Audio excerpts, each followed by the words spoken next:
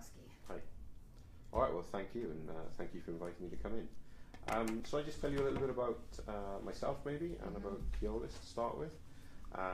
So my name is David Scorey. I'm General Manager for Keolis in Boston. I've been in the United States for almost 2 years now, but I've worked for Keolis for much longer than that. So I've been involved in rail for almost 30 years, and most recently, before coming to Boston, I was working for one of the largest commuter rail operators in the UK, which is a joint venture between Keolis and a UK company. So that was a Keolis connection. Our operation in Boston is one of our key contracts, one of our key operations across the globe, and so I was asked almost 2 years ago whether I'd be interested in coming over to help move the operation forward, to bring another perspective to the operation, to introduce some practices that we use elsewhere with great success. So that's why I came.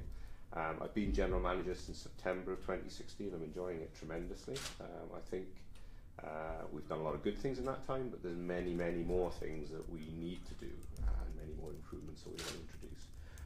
Keolis, I'm not sure how familiar you'd be with Keolis. A French-based company, but a large company that's got operations across the globe. In Europe, obviously, North America, Canada, Australia, Sweden, Germany, the list goes on, and we employ about 60,000 people globally.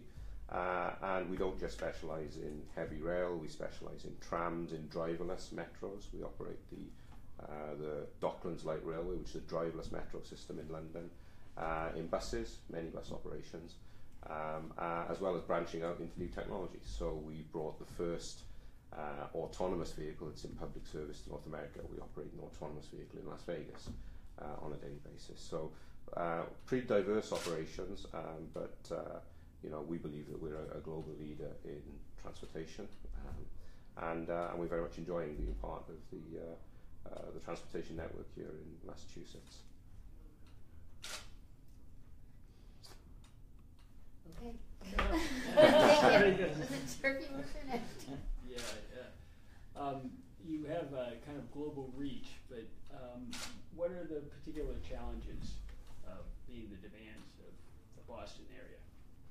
So, I think the network here, it's well publicised. It has many challenges in terms of the age of the infrastructure, the age of the rolling stock, and being frank, the mode of operation hasn't evolved very much over a number of decades.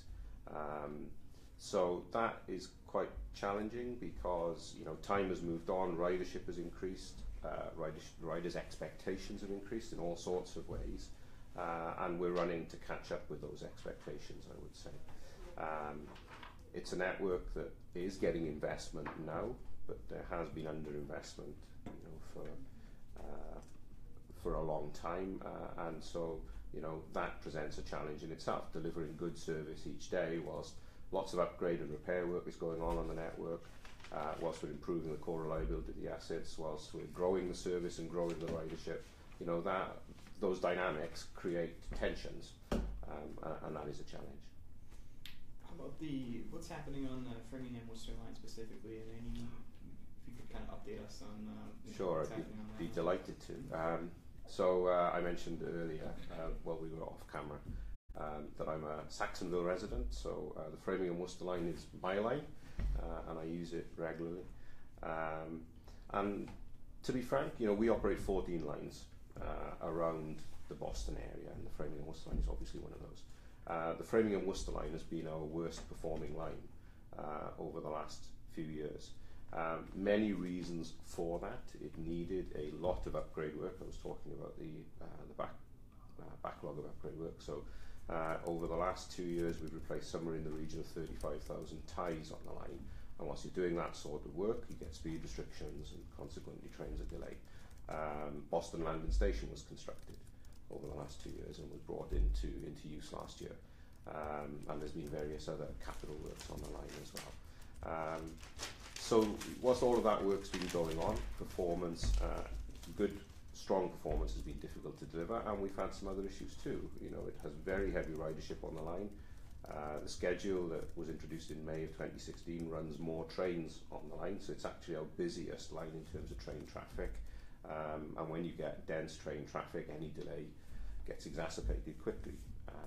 So those were some of the tensions and demands and challenges that we faced. So what we did last fall is we did a lot of analytical work on what was going on the Worcester line day to day. What were the recurrent issues that we were seeing that were affecting performance? And there's a wide variety of things, from heavy passenger loadings to some speed restrictions on the line, some aspects of the schedule that didn't quite work in terms of the way the trains were flighted and routed, heavy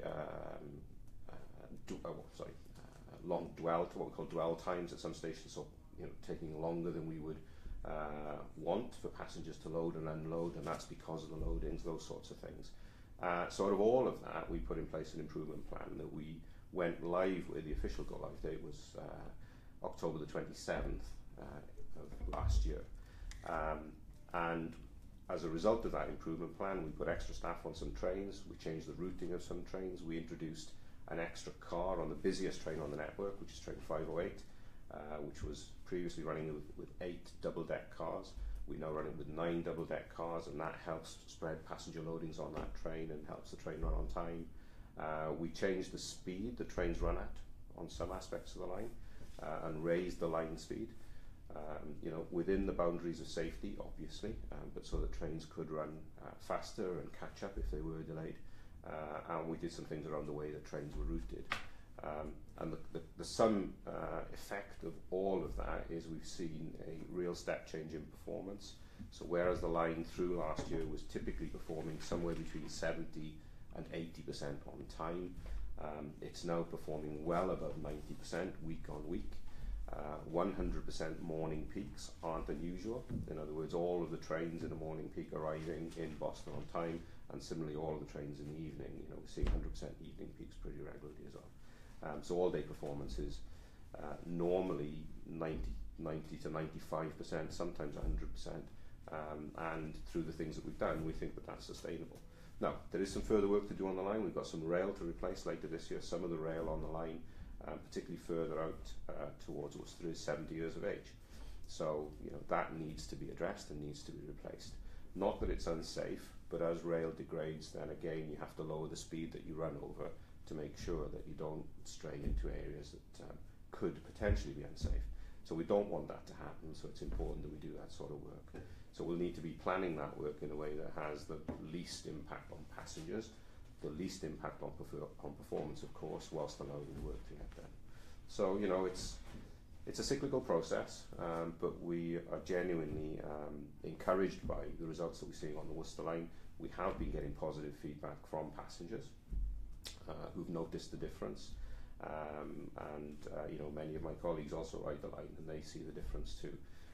So we think that this is a good news story there. There was a problem with collecting fares on the commuter rail. Has that continued? So people weren't paying essentially. I wouldn't say it was a problem collecting fares. I think what we identified about 18 months to 2 years ago, just looking at the characteristics of the network, this is one of the things that's a little bit unusual. It's what we call a completely open network. Mm-hmm. So you don't have to buy a ticket before you board. There's no means of checking tickets before people get on board, and it's entirely reliant on the conductor going through, checking obviously those passengers who have tickets, monthly passes or season tickets, that they're valid, and for those that haven't got a ticket, selling them a ticket. Now on a busy train, I was mentioning train 508, that carries somewhere in the region of 1,600 people over a relatively short time period, and of course there's many conductors on that train, 6 conductors or so, but on a very busy train, to ensure that absolutely everybody's ticket has been checked, particularly if it's somebody who needs assistance and we need to sell a ticket, that's takes some time, and then you have a station stops, the conductor goes and does the doors and comes back and has to kind of pick up again where they are. It means that there's a high potential for people to travel sometimes without the ticket, and on a network that has those sorts of characteristics, ticketless travel would tend to be higher than other networks which have more normal arrangements like ticket gates, like a requirement to buy before you board, that has other means of people buying tickets before they bought, more ticket machines and stations and those sorts of things. So when we did the analysis, we estimated that ticketless travel was in the region potentially around 10% of total revenue. So, potentially up to 1 in 10 passengers travelling either with an incorrect ticket, so a ticket that didn't cover the full length of the journey, or perhaps with an invalid ticket, a ticket that was out of date, or without a ticket at all. And we see that as an opportunity because the budget deficit that MBTA is grappling with, again, is well publicised. And if we could increase revenue collection and fare collection, then that obviously helps to address that deficit. So what we did about 18 months ago is we made a proposal to MBTA for us to invest in more modern revenue protection and retailing facilities, equipment, to market the service in a way that it's never been marketed before, to identify the potential to grow ridership as well. And we made an agreement on that. It was implemented last July, and we've been working on that since. So a lot of people focus on the ticket checking element of it and whether we're going to put ticket gates in, because part of the plan is to put ticket gates in like you see on the subway here, like you see in many other major railway stations across the world. So our plan is to put ticket gates in at South Station, at Back Bay and at North Station, because around 90% of all passenger journeys either end there or start there, so it's a high proportion of the overall journeys. But beyond that, we've been working on marketing plans, which we'll be rolling out in the coming weeks. We see a big opportunity for what we call reverse commute. So these are people coming out of Boston on the lower line, on the Worcester line, to come to places of work. The trains are uncrowded. There's plenty of capacity, but people may choose to use the car instead. But marketing the opportunity, explaining how the system works, may raise awareness, and we expect would encourage some ridership. So that's part of the marketing plan. We're investing in modern retailing, ticket selling devices for conductors using smartphones with very simple printers. We've developed that. We've got some in the testing and pilot stage now. And that would make it much easier for passengers on board the train to buy tickets than they can today, because it's a cash-only arrangement today. So this would allow people to use debit and credit cards. It gives better intelligence data about which tickets are being sold in real time, because we have to reconcile after the event now, when you don't necessarily know the point-to-point journey that somebody's making. So, better intelligence, as well as taking some cash out of the system and making revenue reconciliation easier than it is today. So, that's a winner on every front, really, for everybody. So that's what we're doing on the revenue and ridership program, and it's addressing, a characteristic of this network. Even other networks which have gates and maybe smart cards, there's still an element of ticketless travel, but it's a much lower proportion. Typically 2 to 3%, rather than the 10% that we believe is in the system here today. So do you have a goal with this of what you'd like to reach for ticketless travel? Well, I think the goal would be to get it to the industry kind of best practice norm, which would be in the 2 to 3%, and to continue to work on it, from there, obviously, but, to get it to a standard that's comparable with other networks, I think, is where we need to be. How long do you think it'll take you to get there? Wow. So it'll be in incremental stages, I think. So we've been doing what we call manual ticket checks at North Station. We did that through November and December. And what we saw whilst we were doing those manual ticket checks, so this was people, checking tickets before passengers got on board the train. We identified a significant number of invalid tickets, monthly passes that had expired, for example, or illegible tickets that we couldn't really, identify, that they were valid. Right. And we also saw a real uptick in what we call M-ticket activation. So this is where somebody on their smartphone can have an electronic ticket. But there's a risk that people don't activate them unless a conductor physically comes and says, "Can I see your M-ticket, please?" but by doing this, then they get activated beforehand. And that was just by doing those checks at North Station. You know, we saw that uptick. We certainly identified some invalid tickets, as I say. But what we don't know is how many people bought a ticket that they might not otherwise have bought simply because there was somebody there, you know, checking the ticket, whereas there isn't normally before they get on board the train. So there's a kind of a hidden effect, if you like. But if our plan is to reintroduce that, we paused it through January.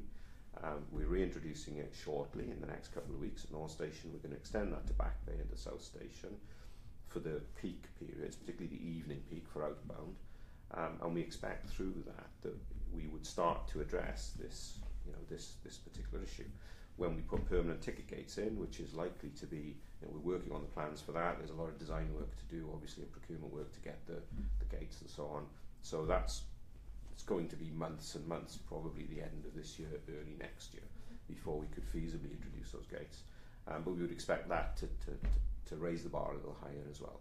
And that, combined with awareness and making it easier for conductors, because if more people have got a valid ticket, conductors can go about their roles quicker and more effectively. If we're taking cash out of the system, that'll speed things up.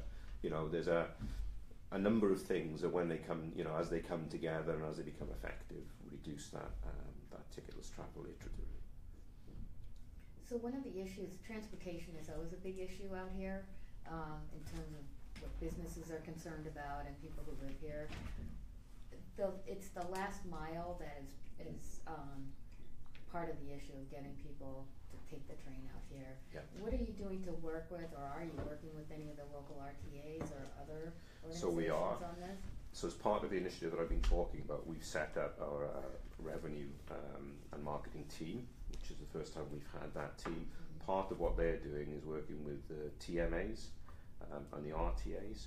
And the TMAs is Transportation Management Agencies. I'll check that acronym actually. Justin will confirm that. Yeah. They've been working with those, and these are agencies that connect employers to the, you know, to the transport provider really, and help with that last mile. And yesterday we had our team out looking at car parks, because one of the constraints, of course, is a lot of people want to access commuter rail and want to drive to a commuter rail station and park, but you know, some of the car parks are at capacity. Now, we don't manage the car parks; they manage separately. But we think if we could work with MBTA and with the car park management company, maybe there's some opportunities there to increase car parking. So I often travel from West Natick, and I know that after about 7:30 in the morning, West Natick car park is full. So that, you know, off-peak rider or potential rider, once they're in the car, may decide to stay in the car rather than risk not getting a parking space. So those are some of the things that we need to look at. The other things we need to look at is Uber and Lyft. You know, maybe looking at partnerships with those, as well as the RTAs, so that you know, people have means through their smartphones of connecting their rail journey to that last mile. So there's a range of things that we can do. You know, it's part of this revenue and ridership growth program. I think there's lots of opportunity there, but again, it'll be a combination of things that will create that ease of journey, that connected journey.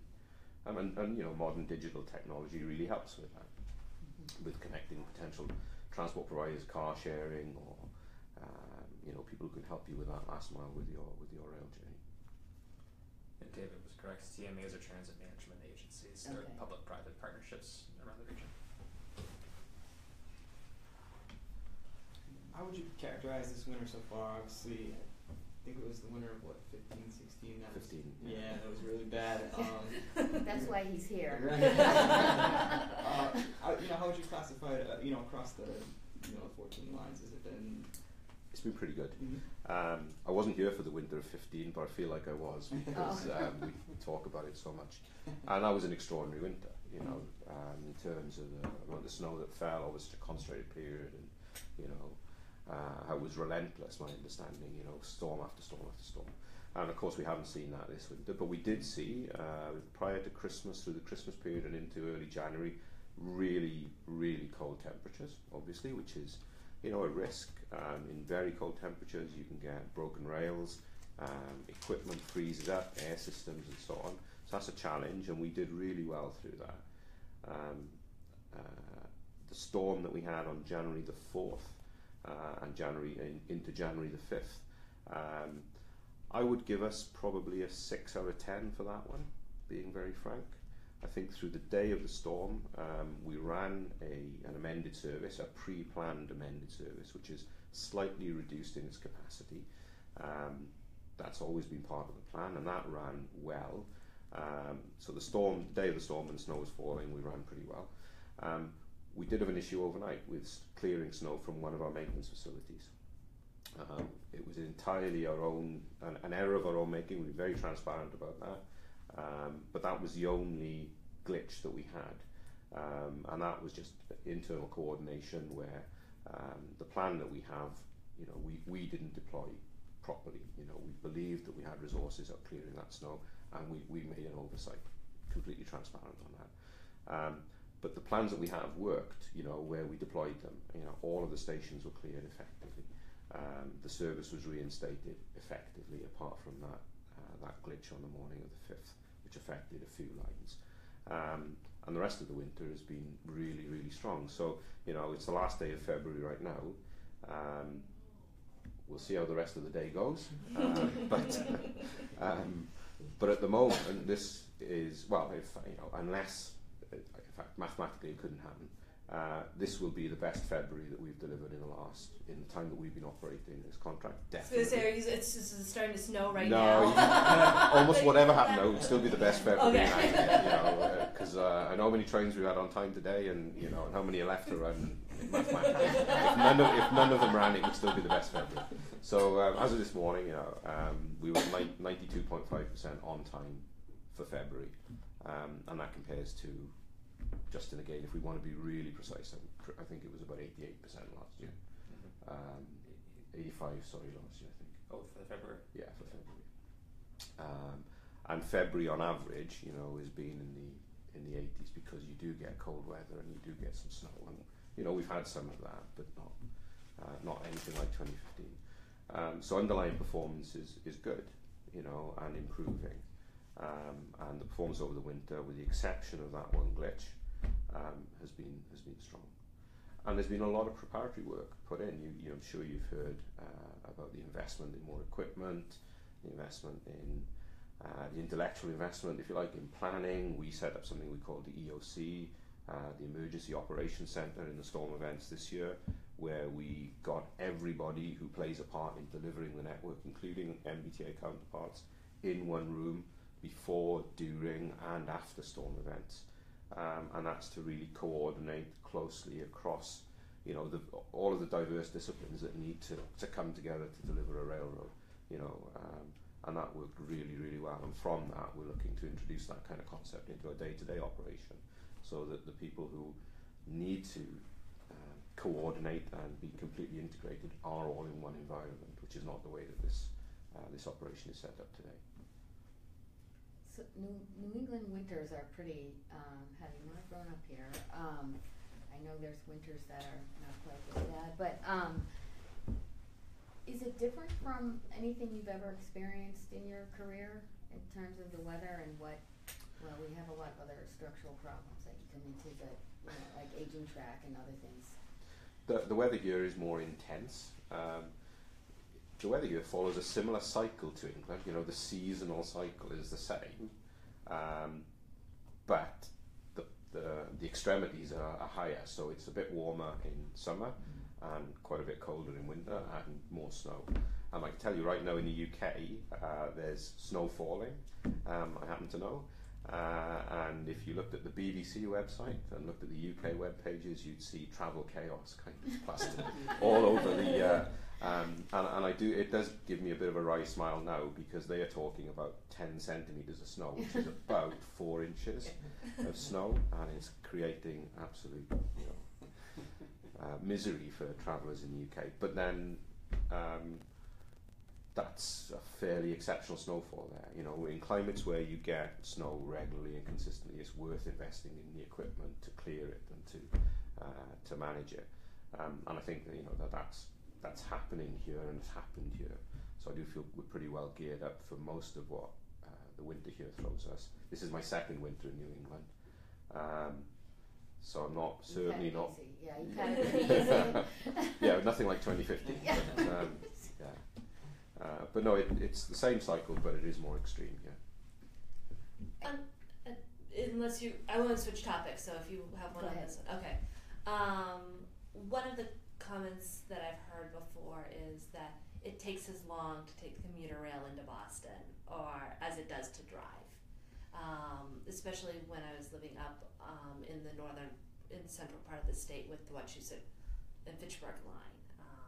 Are there talks about putting in any more express trains, or So kind of changing that dynamic? So I mean, the schedule I would say is always under review, but it's a real balance because if you think about a journey from Worcester to Boston, or from Fitchburg to Boston, or Haverhill, or wherever, there are many towns along that line of route that want service, Right. and as you add in stops, you add in time. So there's a balance between serving the outline, the community at the end of the line, and all of those communities along the line of route that also want service.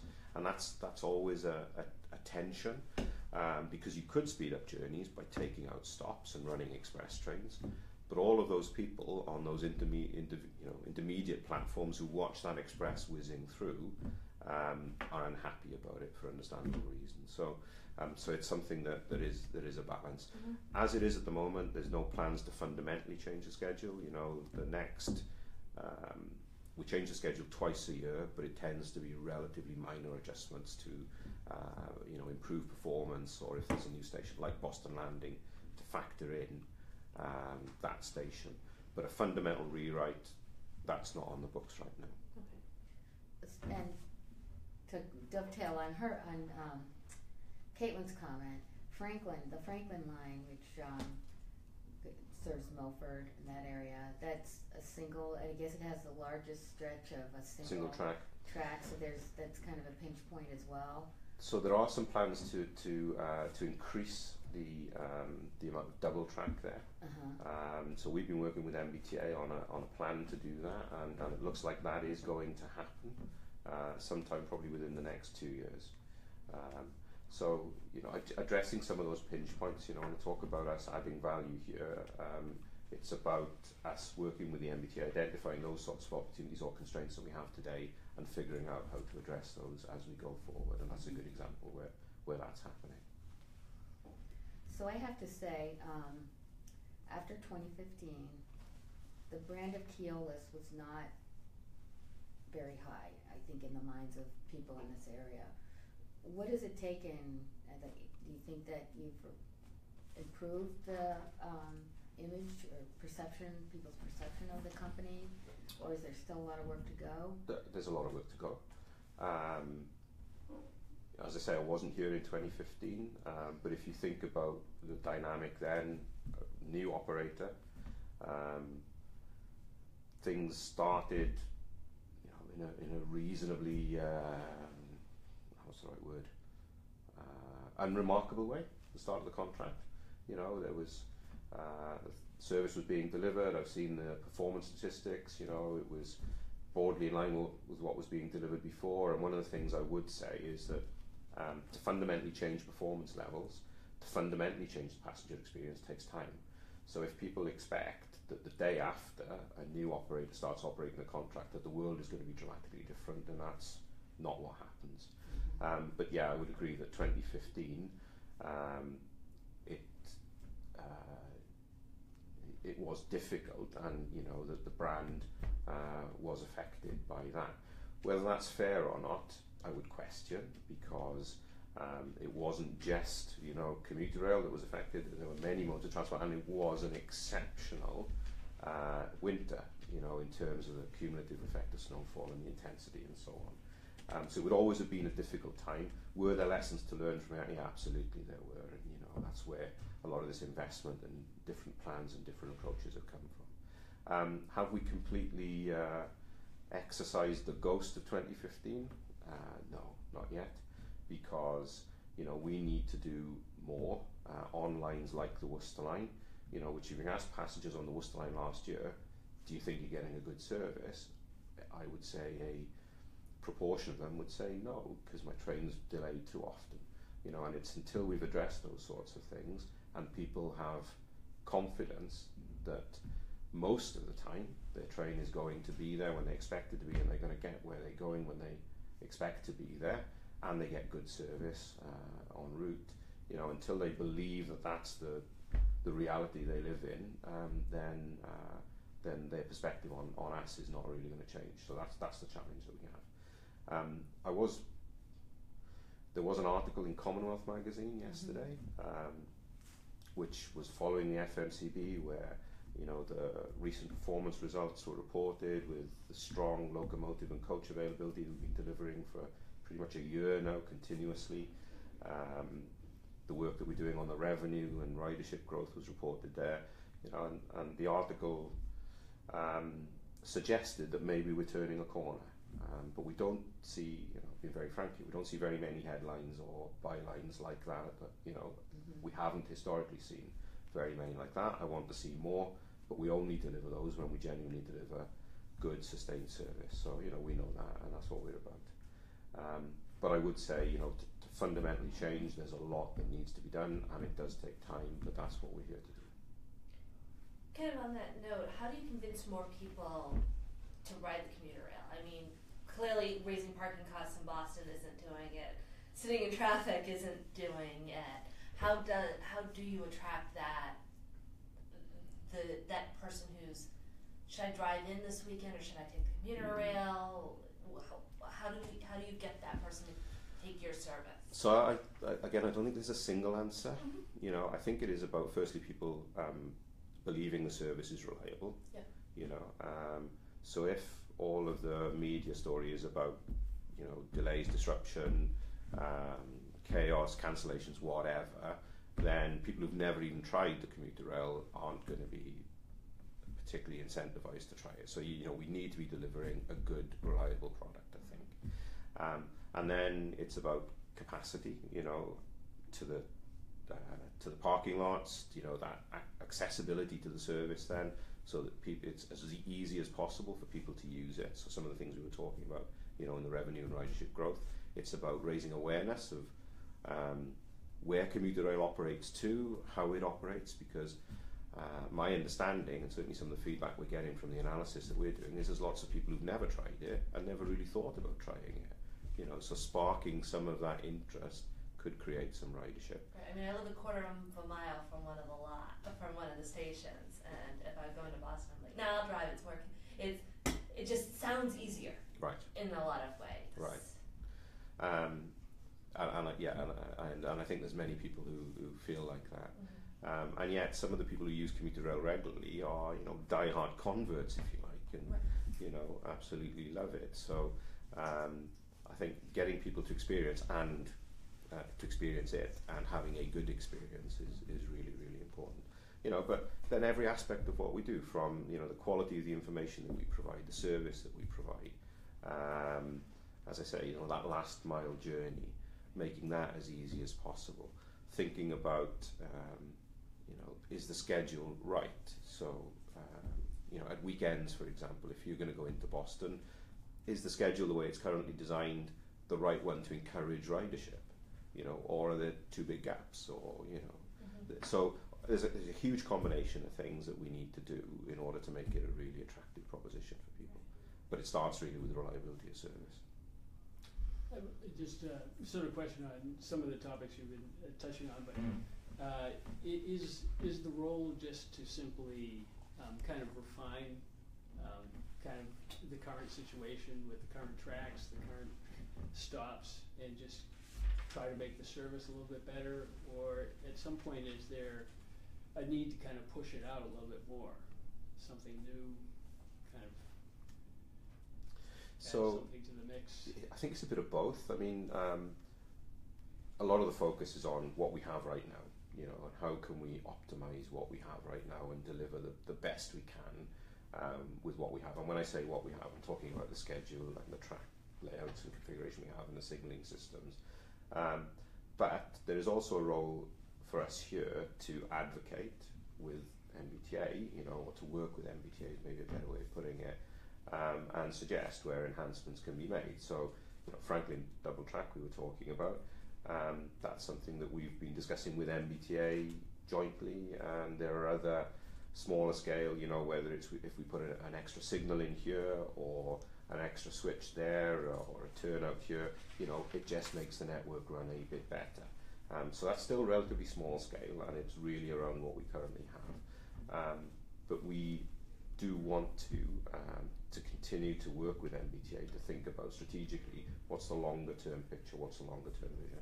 You know, and I'm sure you're aware there's a lot of thought going into that right now.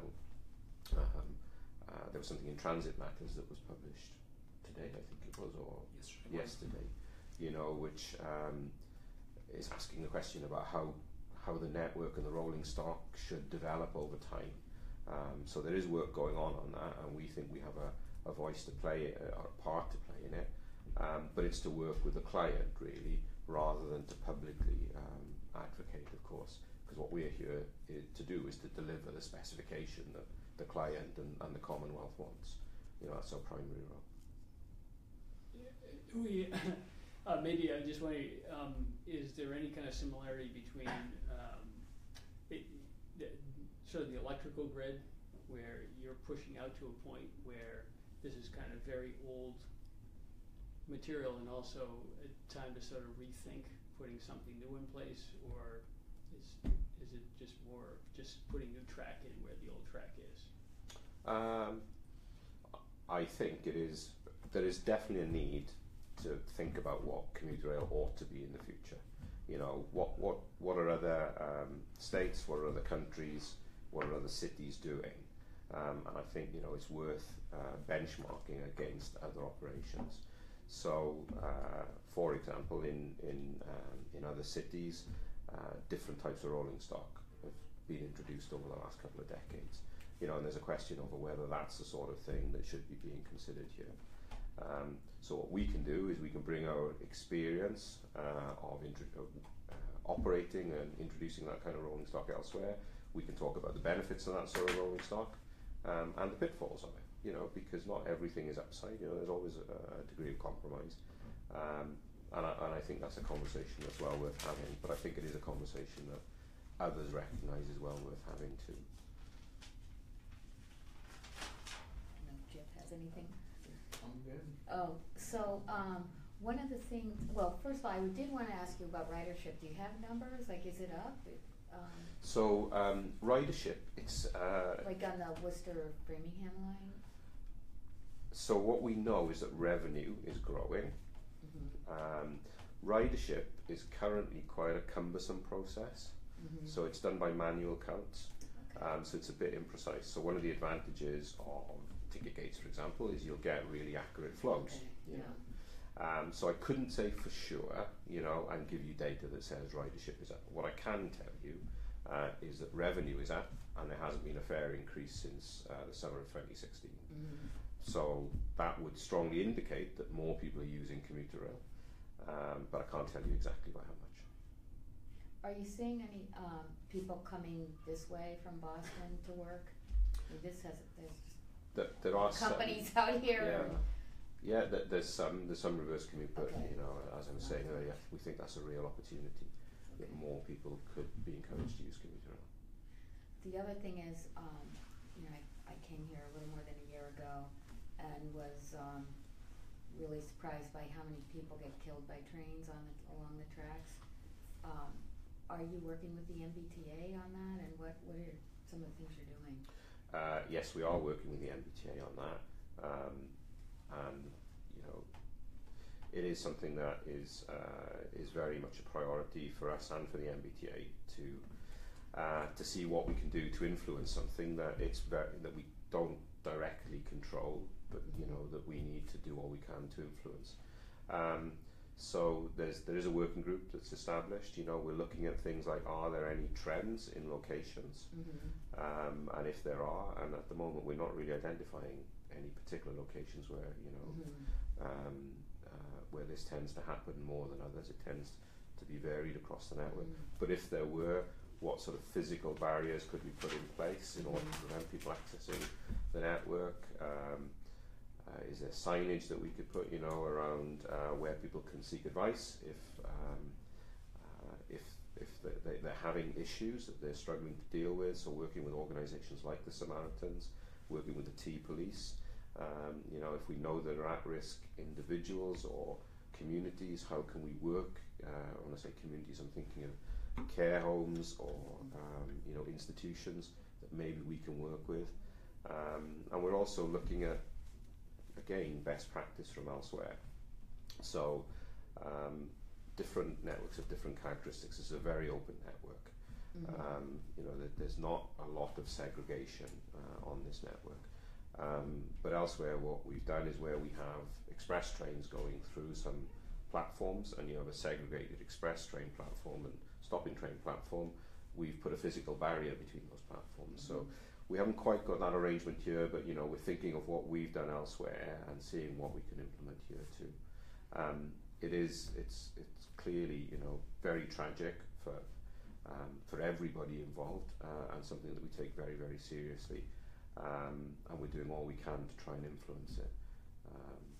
So we're also thinking about talking about best practice, about some work that we did in the UK with more active presence around the network, trying to identify hotspots where people maybe congregate or use the network as a shortcut between communities, those sorts of things. So all of that is going on in an effort to really try and exert some influence over this awful problem. On the safety question, Steve, who is asking, can there be some safety improvements along the Providence line? He says that is there any chance you guys could work with the Amtrak to fund improvement to the track structures, because those trains are often having safety issues and safety problems, from what I can tell of his question. He said, I like the idea of physical barrier. When will that come to the Mansfield area? So I don't know that we'd be able to put physical barriers in the Mansfield area. It's something that we need to look at across the network, and we've got almost 400 miles of track that that we need to manage. On the Providence line, we do work with Amtrak. Actually, we have regular meetings with Amtrak about some of the issues that we see on that line. So we do occasionally, particularly in cold weather, see switch failures on that line, and it's not that it's unsafe, but it creates a performance issue where switches are what we call out of correspondence, and that's where the detection that tells the dispatcher which position the switch is in kind of fails, and therefore we need to stop trains and check the position of the switch. So there's work ongoing with Amtrak on those things, and MBTA are involved in that too. And it's an iterative process. Again, there's not a one solution. It's a bit of a theme, isn't it? There's many Right. kind of contributory factors, but it's about chipping away at all of those things, bit by bit, to create momentum and always forward movement. There's another question here that says, the other night I came home and repair workers had lit the rails on fire. It looked scary, but I'm sure there was an explanation for what they were doing. Does lighting the tracks on fire do in terms of repairing them? I don't know where that question came from, but that was one of the questions. That could have been a couple of things. One is we may have been doing some welding work, although the more likely explanation is that it's where we've got switch heaters. So there are some propane-fueled switch heaters that we light up in cold temperatures, and it does look quite dramatic actually. And we had some footage of it. We can share which we can share with you. Great, thank you. And what that does is that obviously warms the rail, not to an extent where it's dangerous, not going to melt anything, but it stops snow and ice building up in switches, so it keeps the switches operating. I think that's probably what that person saw. Cool. All right, another one. Finally, from the Fitchburg. So apparently there are a lot of people on the Fitchburg line that have questions for you. Do Keolis employees who, quote unquote, deadhead on the train on their way to working in the yard have to abide by the same code of conduct on board?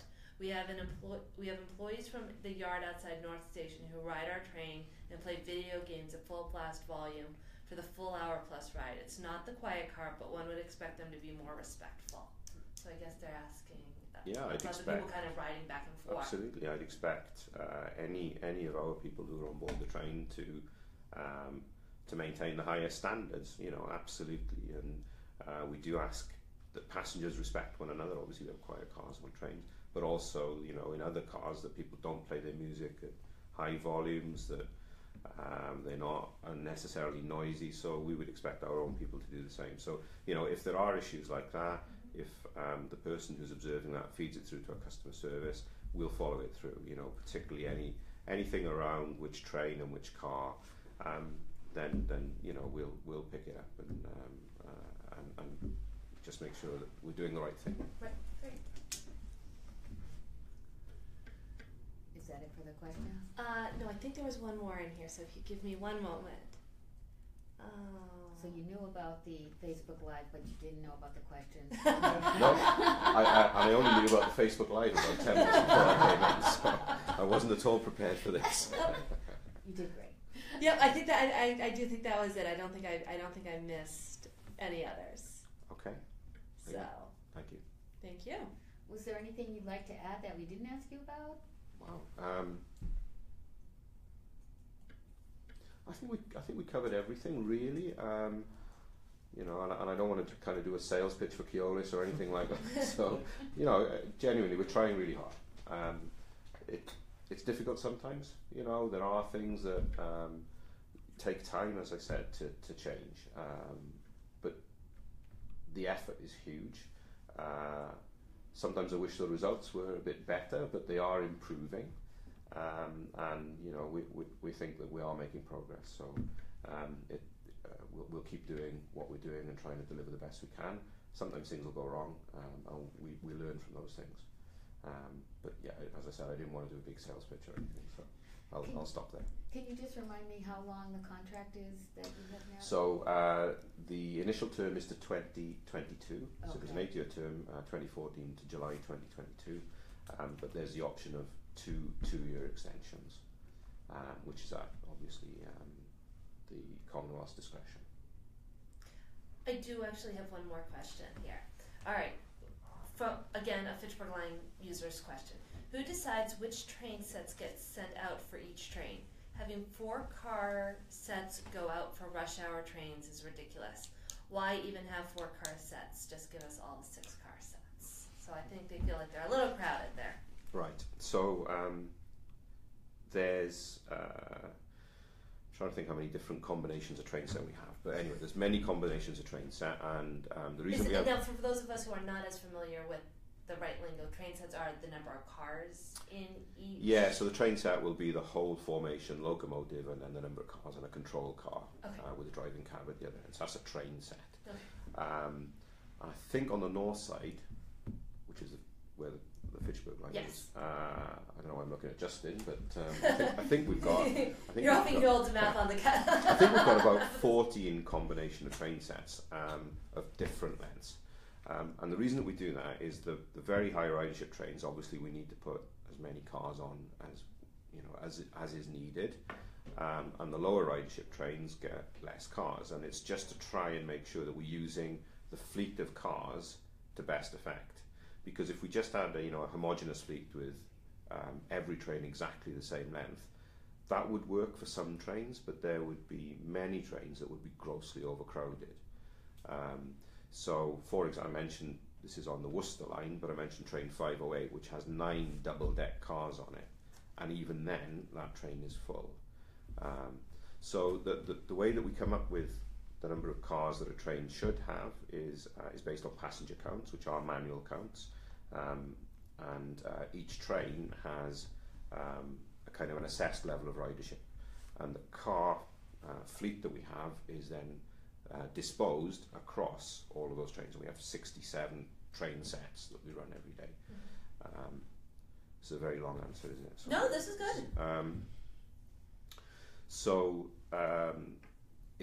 If that's what it's about, really, is about utilising what we have to best effect. Now, sometimes, particularly if there's disruption, or if a car becomes defective, and we had an example of this overnight, last night into this morning actually, we had a car that we found had wheels that had got a flat spot on them, and that happens when the wheel locks on a slippery rail, and you get some wear on the face of the wheel. If that flat spot develops, then the wheel gets severely damaged, the track can get damaged, and it's very uncomfortable for passengers. So overnight we found one car that had that. We needed to take that car out of the train set, and there wasn't another car immediately available to slot in. So what we would have done is put that train set back together without that car and run the train set for a short time this morning, because the alternative would be to not run the train set at all. So that happens from time to time, or if train sets get out of sequence, then it takes, you know, a little bit of time to get them back in sequence. So sometimes the train set will be shorter, not by design, but simply because of circumstance, and we try and obviously avoid that as much as we possibly can. What I can say is that a year ago, we had 359 cars across those 67 train sets. We've increased the car count by making more available from the maintenance pool. So we have less on maintenance now than we had a year ago, and on a daily basis we have 369 cars in service now. So we put 10 extra cars into the pool. The pool isn't any bigger, it's about us maintaining cars, you know, in a smarter way. And that's something we're always endeavouring to do, obviously, to keep the car count up. So there's more capacity in the system, but passengers from time to time, particularly if they get the same train every day, may see some variability. Why will fare checkers not let you board a train without a ticket when purchasing a ticket with a $3 surcharge on board is a 100% legal option? Instead, they make you miss your train. I'm not sure what that is. So this is probably relating to the ticket checks that we were doing at North Station. Yep. So we are encouraging people to buy on board because of what we were talking about earlier. That buy before they board, I should say, correct what I said. Because otherwise, if we just let everybody get on board without buying a ticket, then we're not really addressing this potential fare evasion problem. We really endeavour not to make somebody miss their train. You know, if it's the 2 minutes before the train is due to depart, then the fare checkers would let somebody through. If it's 10 minutes before the train is due to depart, it's entirely reasonable to suggest that they buy the ticket before they board. You know, so that's kind of the rule of thumb that we're using. And this question from Mark Grady, I think, plays along with that same question that you kind of talked a little bit earlier, is whatever happened to the automatic people counting technology they had on some trains? I saw it for a while, but then they went away. Did it not work, or was it a temporary study? No, so we still got it. We've got it on, I think it's 20 cars at the moment. But what we're doing is we're trying to keep those together as a train set so that we can count every car. But we're rotating those train sets around the various lines of the network so that we get counts on a daily basis from the trains that train set operates. So this is pretty innovative technology. It uses cameras and motion detectors to really accurately count how many people get on and off a car and how many people are in a car, and it also counts how many people move around up and down the train. So we get really accurate passenger loadings for those trains. And we're working on another 10 cars at the moment so that we have more cars with this technology out there. It took a little while to get it working, to iron out the little glitches and bugs that you get with a new system, but it is working effectively now. So I can tell you we had it running on, I keep talking about train 508, don't I? Not knowing fixated by it. Is that the train you take? Or no, it's not actually. I usually go a bit earlier than that one, but I know that we had it running on train 508 earlier this week, and that's how we know what the passenger loadings are. And we had it running on train 520, which is also on the Worcester line, a busy evening outbound train. And actually train 520, through doing this count, carries more people than train 508 does. So we always said 508 was the busiest, actually 520 is, and that was close to 1,900 people on that one train out of South Station in the evening. So they're still around, they're still circulating around the network, and we're looking to increase the volume as well. So, are there any more questions? Not that I see. Okay, well, Mr. Scorey, thank you so much. You've been a good sport addressing the questions of our readers as well. Great. Thank you for joining us. Thank you. My pleasure. Thank you.